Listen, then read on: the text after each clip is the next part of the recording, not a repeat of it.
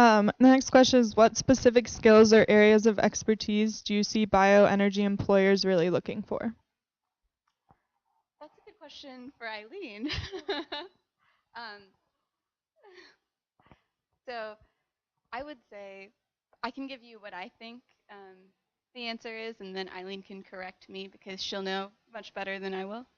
Um, I think that they're looking for drive and skills. And it doesn't, for me, I have little to no bio background, but I was still able to use kind of my experiences and skills and show, Eileen and everybody that I could bring something to the table. So, engineering design background, being able to size equipment, design a process, those types of skills can translate to any sector. They can translate to manufacturing and chemicals all the way to the biotech industry. Um, so I would say, you could also bring business skills. You can bring engineering skills like I did. You can bring, there's so many facets to a company that that isn't what will limit you. And as Eileen said earlier, it's about being a good fit for a company. So your passion plus, are you, someone who can have a business conversation and sit in a meeting and not turn off customers or partners and be friendly.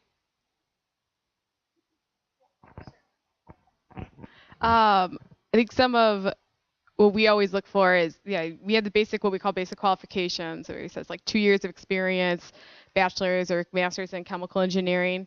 But really when it comes down to the soft skills that we look for, big words that we look for, at least at Lanza Tech, is team player, collaboration, takes initiative or is proactive. So those things, like I at least focus all my questions on those type of soft skills, to see if there is a fit there, see what their past experience has been, working in a team, collaborating with other people. And then there's just the overall drive and passion. I mean, that one can't really ask questions on, is just, does it come out during an interview, the excitement level? So I do remember we interviewed like 3 people right in a row, and Ritu was one of them. And then we had another guy named Matt and Krish, and we had the longest argument about the 3 of them because they exuded all these like qualities that we all wanted, and then we actually ended up hiring all 3 of them. So it's actually really humorous that we were only supposed to pick one, but we're like, no, we want them all. So I mean, when you really have those skills, an employer is really gonna hone in on those, because you guys can learn engineering as you grow. Experience comes with time, but I can't teach you how to be a team player. That's something that was already ingrained in you at this point in life. Right? I can't teach you how to collaborate, but I can always teach you the technical stuff. Thank you.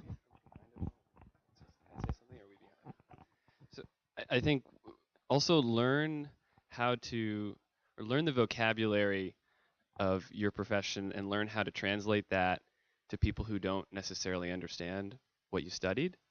And one way to learn how to do that is to be part of panels or student groups on campus that deal with things that are very different from what you've studied, because people will be very interested in what you do, and they'll be more interested if you can really explain the essence of what you do well, and in a way that they can understand. So get involved, go to parties, and do things where you're in a position that you're explaining what you do to people who have not the same background that you do. So the next time you go to a party and your parents find out about it, you say, I was going there to develop my industry IQ. Sam Malin told me this is the best way to do it. It's a great answer.